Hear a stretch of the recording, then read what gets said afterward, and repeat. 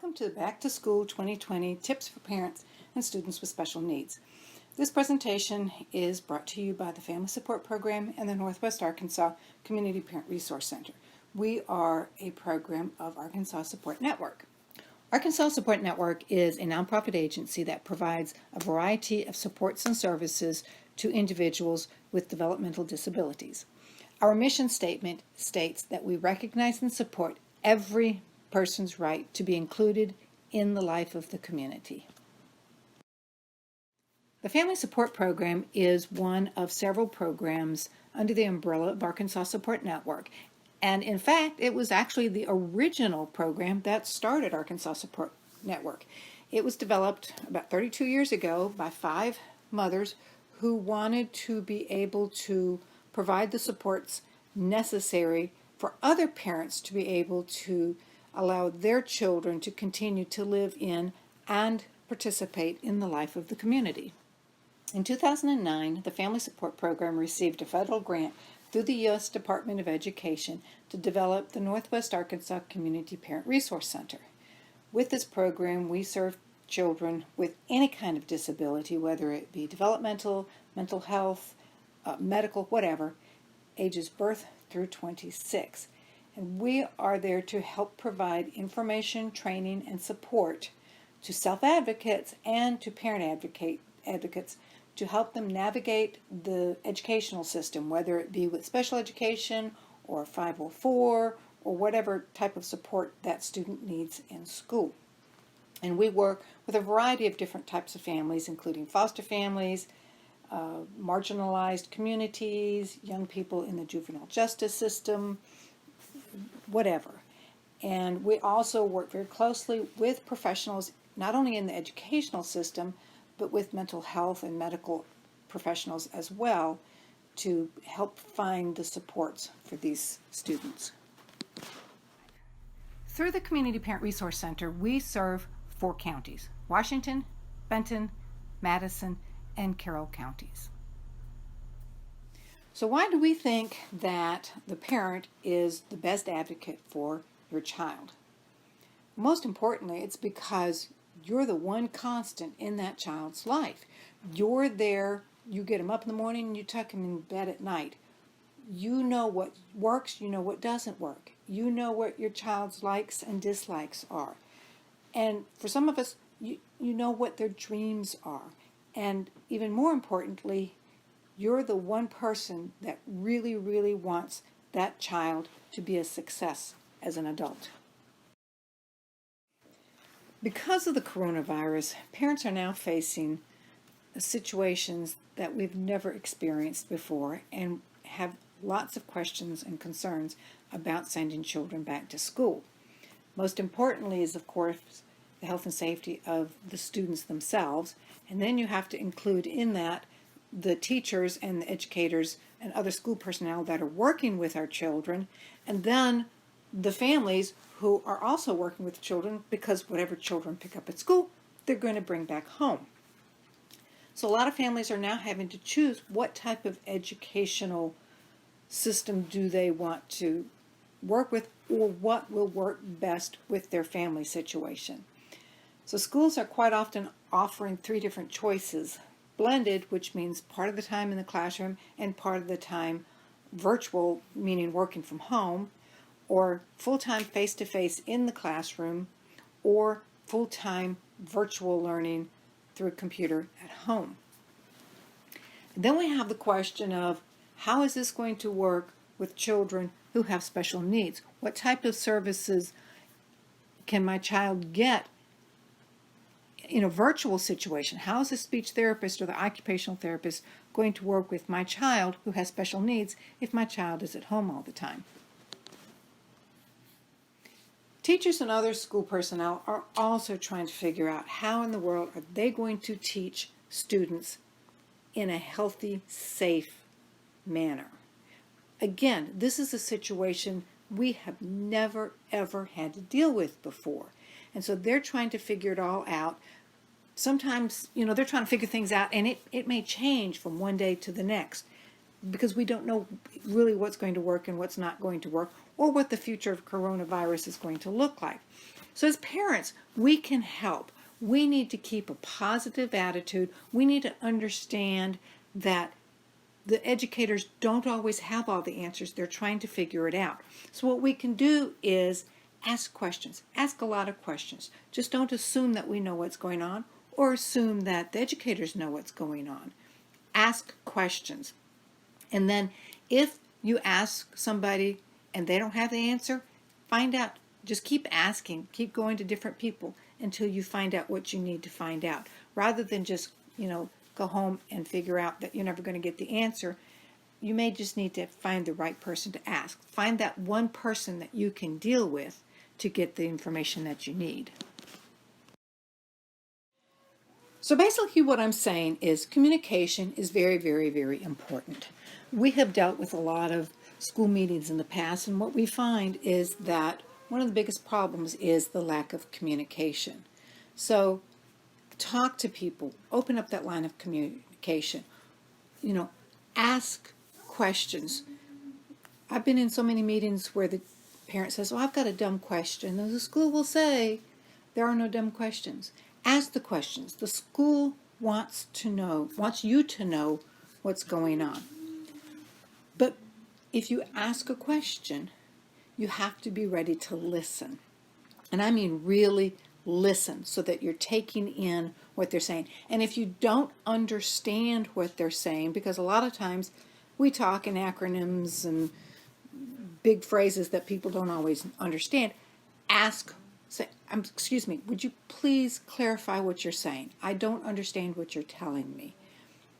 Don't hesitate to ask for clarification. Again, the people at school want you to understand. And sometimes it also helps then to repeat what they've said so that you make sure that you understand what they're saying correctly. So because of modern technology, there are so many different ways to communicate. There's face-to-face, telephone, texting, email, and now there's all this virtual stuff, all the various different virtual ways of communicating. You can send notebooks back and forth, any number of ways. So find out from your child's teacher or teachers what's the best way for them to communicate with you. Teachers can't take just a phone call at any time during the day. They're, trying to teach a class. So find out what works best to communicate with that teacher and stick with it. In order for the schools to be able to develop this plan that they have to turn into the State Department on September 1st, the schools are asking parents to choose what type of preferred learning options they would like to do with their child when the fall semester starts. So they're offering 3 choices right now. The first is on-site, in-person, face-to-face, in the school building type of education, which is what we're used to. The second option is a blended option where the student may spend part of the time actually in the classroom and part of the time off-site, whether it's at home or in a library or someplace where they're pretty much doing a virtual academics. And then the third one is totally virtual, where the student does not come into the school, where everything is done on the computer. So what parents can do to help with this situation is to watch what their child is doing, monitor the situation. Is the face-to-face working? Is the blended working? Is the total virtual working? Make sure you're keeping up with that and have some idea of how well that's working for your child. And if it's not working, then you need to contact the school, whether it's the principal or the teacher or the special ed office or whomever, to let them know what is working and what is not working. And if you don't have enough information about, in order to make the choice you want to make, contact the school. Find out who at the school you can talk to get the information that you need so that you can make a reasonable choice on these options. Part of the plan that each school district is developing has to do with what happens if someone at the school or the entire school needs to be in quarantine. So the school districts will have this plan on their website. So you need to become familiar with it. You need to go to the website. You need to ask questions. What will happen if the school ends up shutting down completely again? Anytime any information comes home with your student or the school communicates additional information with you, make sure you understand what they're talking about. And if you don't, ask questions. Due to the privacy laws, if someone is tested positive for COVID-19, the school is not going to give out the information on who that is because that's confidential. But if your child has been in contact with that person, the school will notify you that your child has been in contact with the person who has tested positive, and that they will let you know what procedures you and your child need to follow. So what happens if your child needs additional supports? Again, communication is very, very, very important. You can talk to the teacher about it, write it down, because trust me, they're talking to a lot of different parents and they're not going to remember everything. So if you can write it down, that would be very, very helpful. But communicate with the teacher what type of additional assistance your child needs. Do they have a communication device that they need, or additional hearing device? Do they use a wheelchair? Do they need a pencil grip, or do they have physical limitations that require specific modifications like a stander or anything like that? Does your child have sensory issues? That can be a big one in the classroom. Do they have a medical condition like seizures or diabetes? Or do they have some sort of disability that might prevent them from wearing a mask? Because the schools are pretty much going to request that students wear masks, and if your child cannot for some reason, then the school needs to know about that. Does your child need any sort of additional supports to ride the bus? Does there need to be an aide on the bus? Do they need some type of a secure vest to make sure that they don't get up and run all over the bus, which my child used to do? It's important to remember that your child, regardless of the fact that they may be receiving special education and receiving extra supports in the classroom, they have the right to be included in all the activities in your school. And one way to advocate for this is to, first of all, understand that you are an equal member of your child's IEP team, 504 team, whatever it is. It's not a us against them sort of situation. Everybody has an equal say. And there are rights that go along with this, and those rights are called IDEA, Individuals with Disabilities Education Act. And there are a variety of different ways that you can learn about those, and I believe those resources are more towards the end of this program. So get to know those rights, get to know your child's IEP. What's in it? What do the different sections mean? Again, ask questions, listen, ask for clarification so that you know what's going on. That's your right as a parent, and that's your responsibility as a member of the IEP team. If you want to learn more about IDEA, IEPs, or whatever it is whatever services your child is receiving, again, we have several resources listed at the end of this presentation, or you can contact us and we would be more than happy to help you learn about those different rights. So here we are in the middle of a pandemic with so many questions, so many concerns, so many things to think about. And we need to remember to breathe. Count to 10. Take a hike for a few minutes.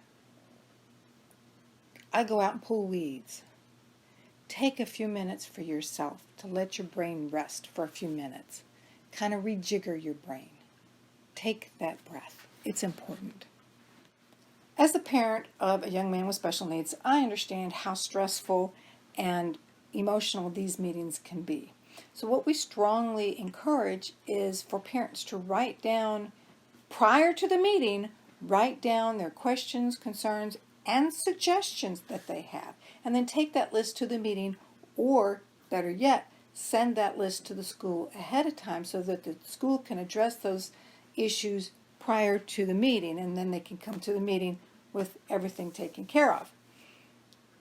Take your time. It may take several days to make this list. Sometimes I'll have an ongoing list for a couple of weeks, and you can add to it as you want to.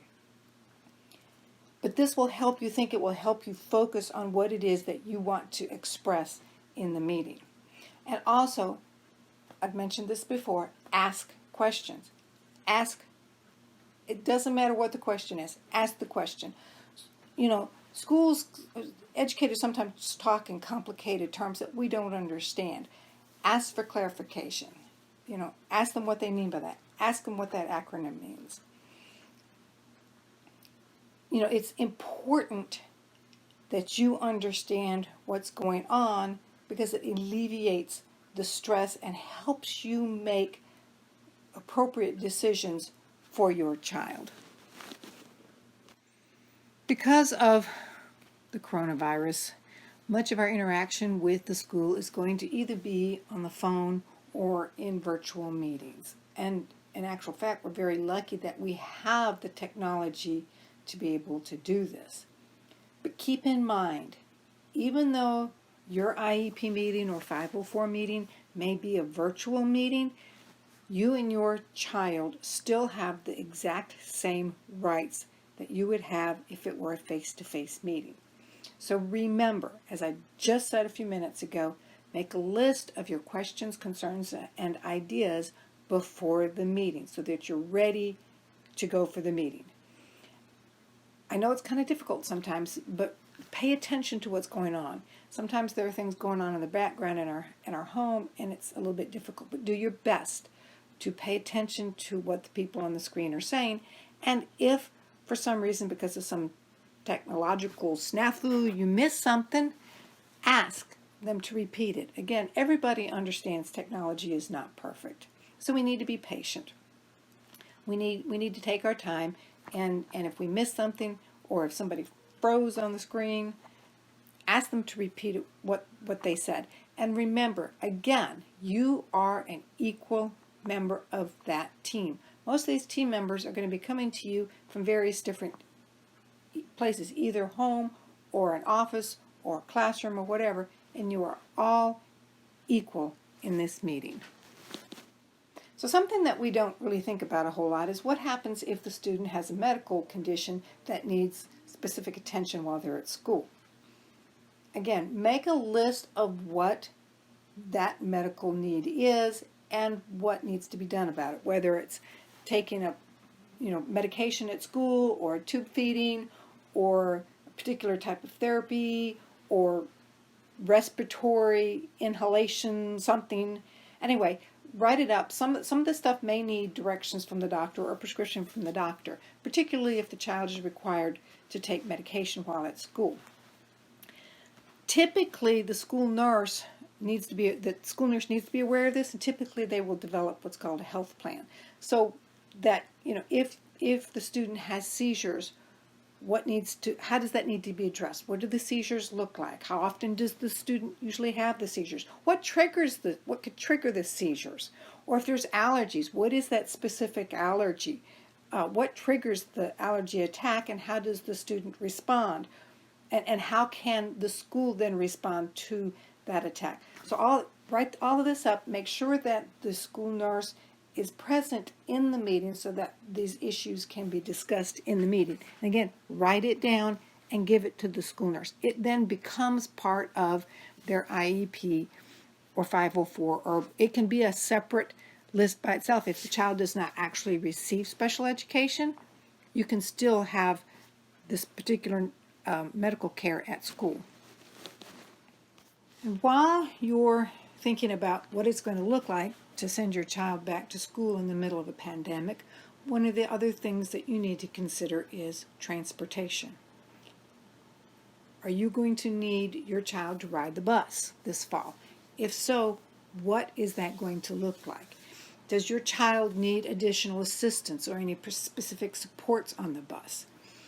These questions can be asked of the special ed teacher, or even possibly better would be the special ed designee at the school, which is typically the assistant principal. Also, something to consider is that the children on the bus also may be required to wear a mask. And then there's lunch. Have you ever been in a school cafeteria during lunch? It is a sight to behold. Lunchtime brings up a whole list of questions. Where are the kids going to eat? Are they going to be in the cafeteria, or are they going to be in the classroom, or is there some other place where they can feed the students? Who's going to direct the students in the correct directions? Who's going to give them those instructions? And then there's this whole list of questions. Where are they going to find the food? Carry the tray? I remember when my oldest child started school, I was concerned about whether he would know how to open the milk carton. With the pandemic going on, schools are probably going to ask you to send a water bottle with your student every day because they will not be allowed to drink out of the water fountain for obvious reasons.